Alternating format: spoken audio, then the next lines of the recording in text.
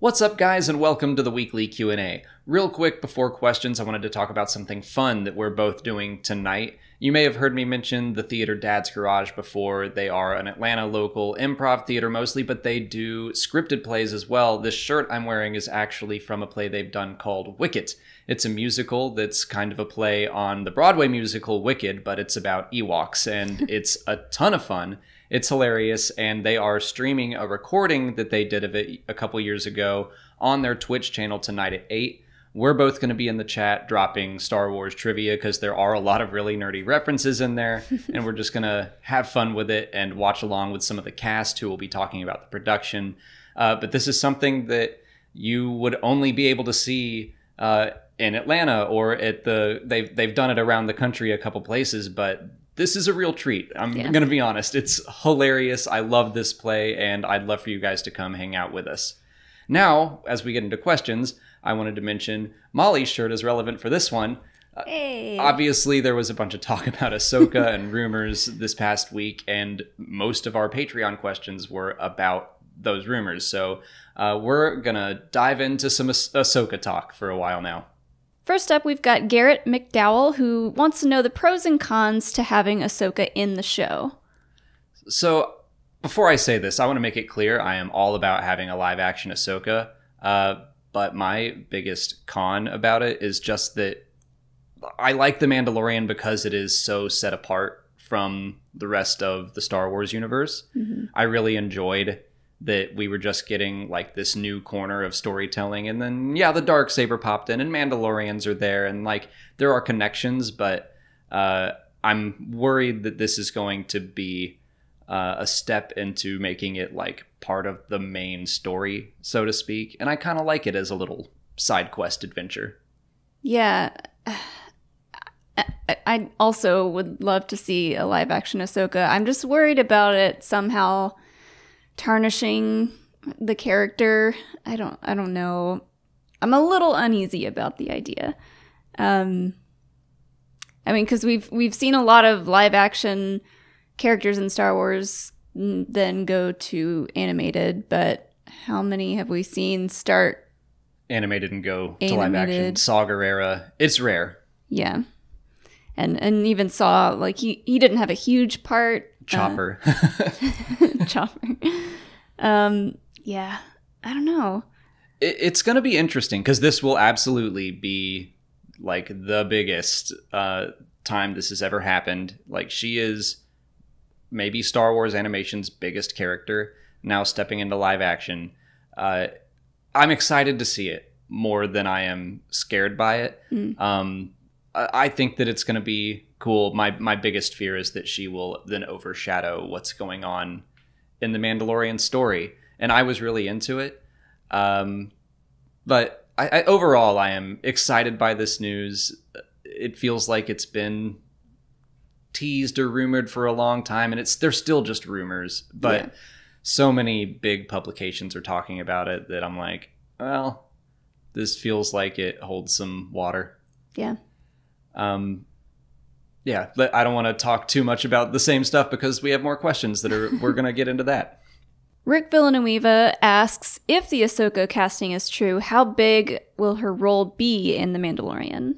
We both had to stop ourselves because we were about to answer exactly this question in the previous one. I think it'll probably be small. Agreed. That's my hope. Yes. Yeah. Because I don't want her to overshadow the main story. I think that she will pop in for an episode. I mean, if we look back at The Mandalorian Season 1, one of the things about that show that kind of frustrated me was the fact that we were seeing Cara Dune and Greef Karga and IG-11 and Kuwil as like the team. Mm-hmm. And it was satisfying in the end to see them all come together. But the whole time I was like, where's Cara? And then she stops by for episode 4 and then she's gone. And then she's back for episode 7 and 8. And that was wonderful. But I would guess that something similar is going to happen. I mean, every one of those episodes feels like it just goes and we do a new adventure. So Ahsoka will probably be in a 1 or 2 episode little arc. Yeah, I could see her maybe like showing up at the very end of an episode and it being like a huge surprise slash cliffhanger, and then the next episode would be her episode of that season. Yeah, that would be cool. And I think that's the way to go. That's what I'm hoping for, because yeah, I just don't want it to all of a sudden become the Ahsoka show. Yeah. She had the Clone Wars, and she's been in Star Wars Rebels. There are rumors of a Rebels sequel series that I assume is animated, but we'll talk about this later. Maybe it's time to move on to the next question. Wasty Dest wants to know if Ahsoka's appearance could be a backdoor pilot for her own show.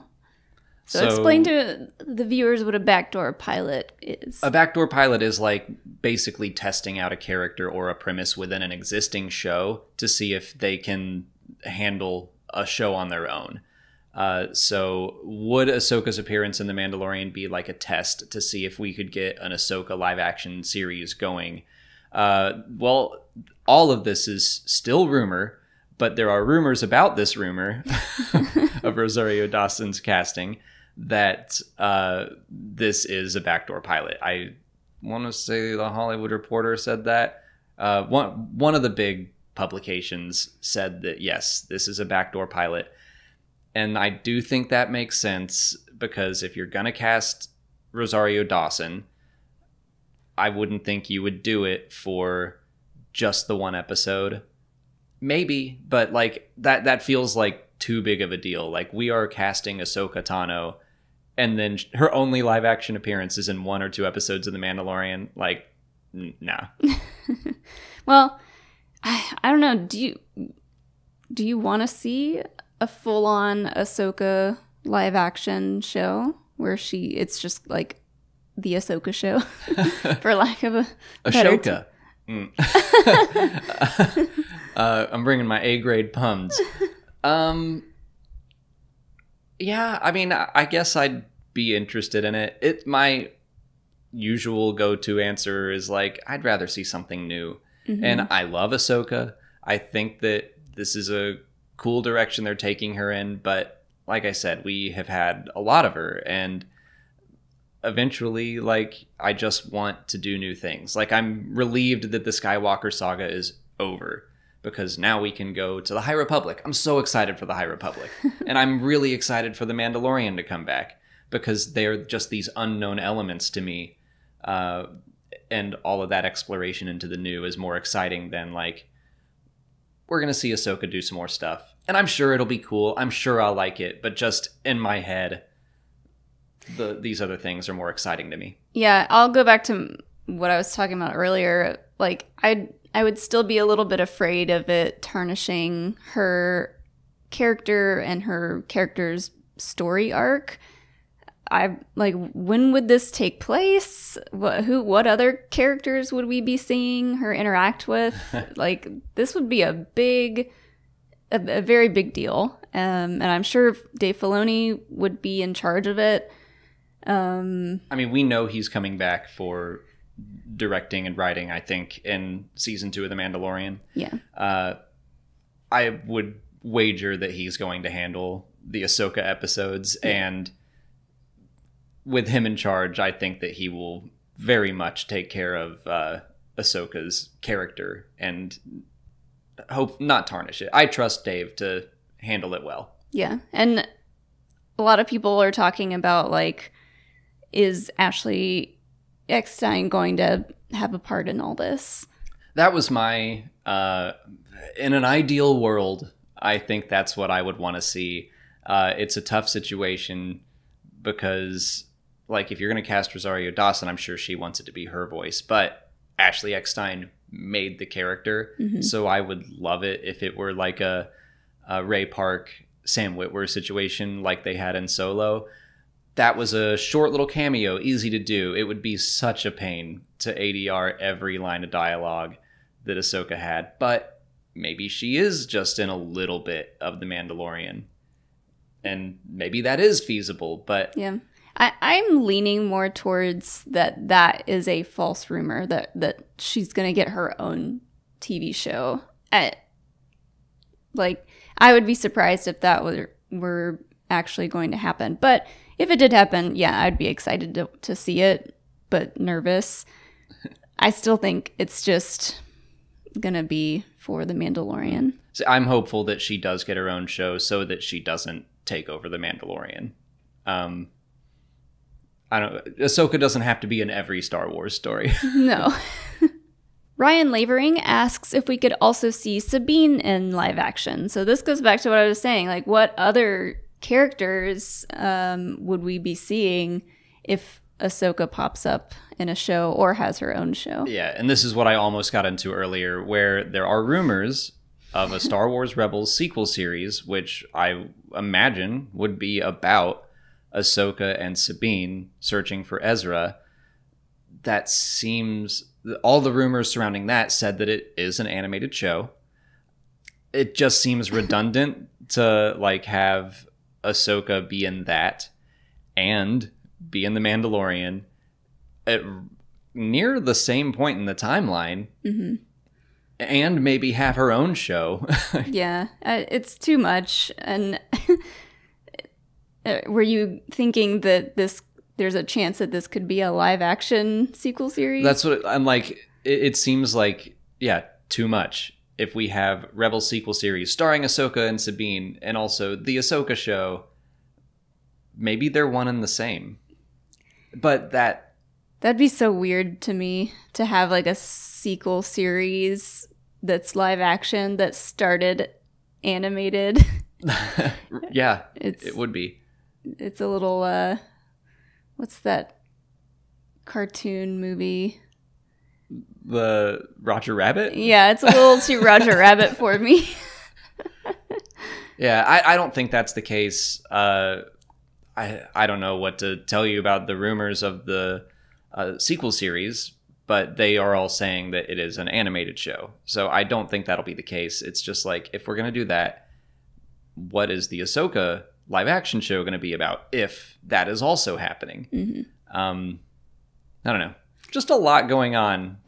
Yeah. And to go back to the question about Sabine, I mean, because the show is about Mandalorians, there's definitely a chance we could see Sabine. Who's going to play her? Well, here's the thing about Sabine. And yeah, if we're going to see Ahsoka and if she is still with Sabine at that point, maybe Sabine is following the creed now. Maybe she leaves her helmet on and we just get Tia Sakar to voice her. That would be cool. Like, then you just have a stunt person in the suit, or maybe Tia, I don't know. Yeah. And you just have her do the voice. Yeah. Lastly, for our Ahsoka rumor coverage, Pablo Alvarez asks if Ahsoka could also appear in the Cassian show to pass on the title of fulcrum to him. This is a cool idea. But again, like, do we need Ahsoka in every single show? Right. I want to say that I also think that it's a cool idea that she and Cassian would meet. Yes, they both shared the title fulcrum.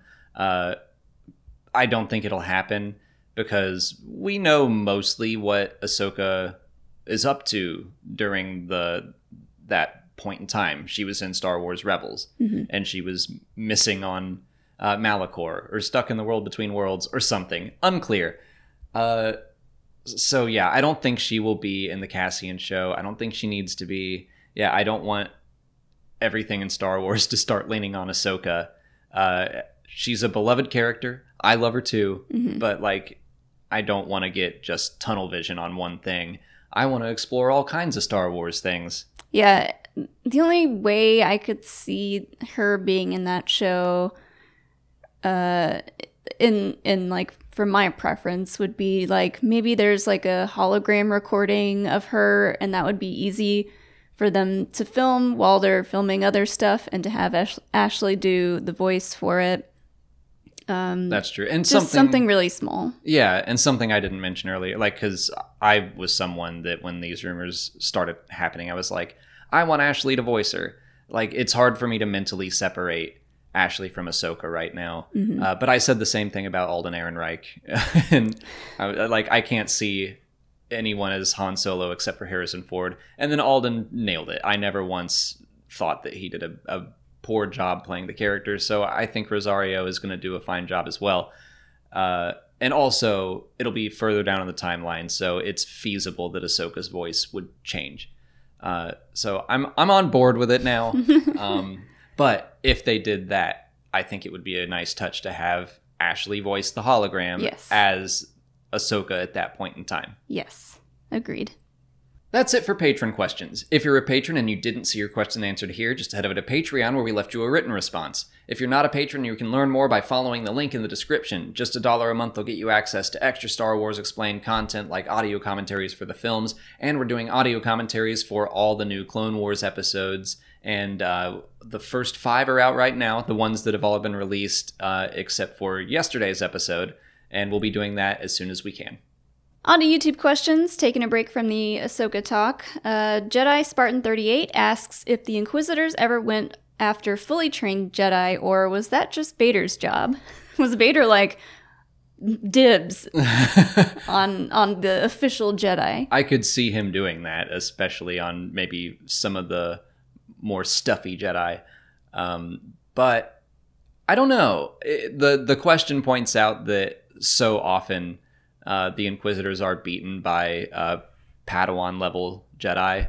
Like Cal defeats the Ninth Sister. He defeats the Second Sister.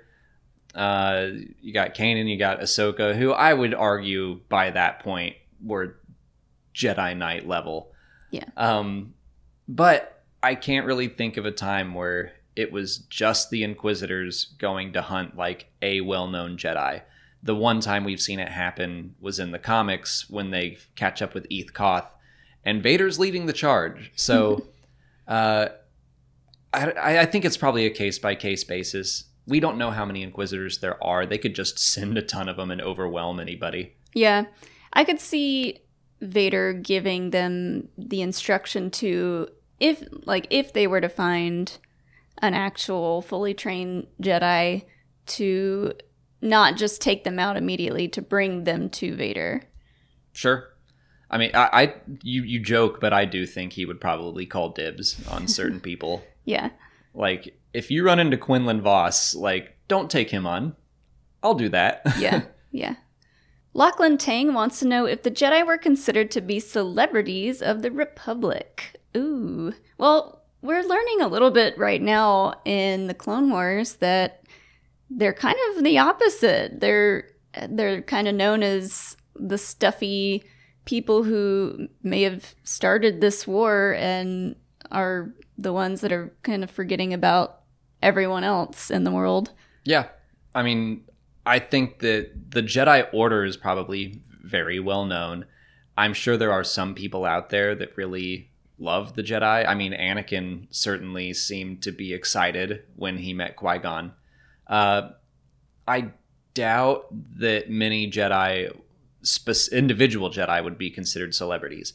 Maybe Yoda, because he's like the Grandmaster. It does sound like in Dooku Jedi Lost, Dooku started to gain some notoriety, and the Jedi weren't super happy about that. He was doing a lot of stuff in politics, and they were like trying to tell him to cool it. So I would say that probably not. I bet there has to be someone out there that collects like Jedi trading cards, but I don't think that's a booming industry. I could see maybe in the High Republic this kind of being more of a thing, but I definitely don't think the Jedi would consider themselves to be celebrity status, because they're supposed to be humble and everything. Yeah. But back in the day when they were at their best, maybe. Well, I think you make a good point, because from what we've seen of them, they're a lot flashier and maybe a little more showboaty. So yeah, I could see maybe one of them signs autographs or something like that. I think that would be an interesting way to show us immediately that like, oh, things are different. Yeah, and like all the ancient Jedi statues and everything like that, like that are in old temples and stuff, that's more celebrity level admiration from back in the day. That's true too. I never really thought about that. I just see a statue and I'm like, it doesn't dawn on me that, oh, that's probably a specific person. It was like, your generic Jedi statue. Yeah. Jasaris asks if Vader knew about Exegol. I have to imagine that he did. I mean, the question itself suggests, like, he has the Wayfinder in his castle, or he did. So yeah, if he's got a Wayfinder, I don't think Palpatine would just give it to him without him being like, what is this? Yeah, and there's a little bit about this in the novelization for The Rise of Skywalker when we get that scene that we didn't actually get in the film where Kylo meets this like weird swamp monster. The Eye of the Webbish Bog. Yeah, that one. They have like a very brief conversation, and it's something along the lines of like, this is Vader's Wayfinder, and it's been guarded, but you're his grandson, so I guess you can take it. Smokey La Bear wants to know if Plagueis' spirit possessed Palpatine the same way Palpatine wanted to possess Rey. Whew. Who knows? Like, that's still something that to me is so vague, and I don't really. I was hoping the novel would clear it up a little bit, and it doesn't really. It kind of doesn't even touch on it. I'm gonna say no, just because I like to think of everything Palpatine says as more metaphorical. Like, I am all of the Sith. And what he means by that is, like, I am the culmination of the Sith, and everything they've ever done has led to me, and I am the most powerful the Sith have ever become, because that's what the Rule of Two was supposed to do. Mm-hmm. But in the movie, it sure doesn't sound metaphorical, so... Yeah, I definitely don't think he's possessed by Plagueis' spirit. Everything he says and does is 100% Palpatine. Just agreed. Darth Sidious. And I don't really know that he meant to possess Rey either and like take over her body. I think that he meant maybe his spirit would pass into her. Maybe Plagueis' spirit did pass into Palpatine. It's all very weird, and I don't really like that idea. But like, even if he did that, I think Palpatine's goal in that moment was to have his granddaughter continue his legacy. I think that's what was important to him. He's like, well, if I'm gonna die, at least a Palpatine will sit on the throne. Yeah. I think instead of the idea of someone's spirit passing into another person, it's more of the legacy of the family name. Yeah. And when he says, I'm all the Sith, I kind of took that as like the Sith are all about like eternal life and like trying to figure all that out. And Sidious is like, I kind of did it. I almost did it. I'm most of the Sith. Yeah. He's on his way to eternal life, so in his eyes, he is the culmination of all the Sith. Close enough. Gerardo asks if any Mandalorian characters will say, this is the way in the final season of the Clone Wars. I thought we could just take little bets on this. I'm gonna bet no. I want it to happen. I like that idea. I don't think it will. Well, I'll go ahead and bet that it will happen. Okay. Because that would be a cool little tie-in. I completely agree. Just knowing how far in advance animation is handled, especially the voiceover work, I'm doubtful, but it's not like it would be hard to have one person record "This is the way" for a Mandalorian who's wearing a helmet. Like, oh yeah, that's true too. If at the last second they were like, "Ooh, we can do this," like, I think it could be done. I'm just gonna say I think it's unlikely. Yeah, probably, but just for the bet. You're taking the big bets. Yeah. All right. Just for the betting's sake, I'll. What do I win? I'll get you another Funko Pop. Baby Yoda. Oh, I think we already have most of that was... stuff pre-ordered. That's all the time we have for questions today. If you want to leave a question for next week's video, just put it in the comments below or sign up for Patreon to join our weekly Q&A discussion. If you haven't already, please like this video, subscribe to the channel. Follow us on Twitter, Instagram, and Facebook. And as always, thanks for watching, and may the Force be with you.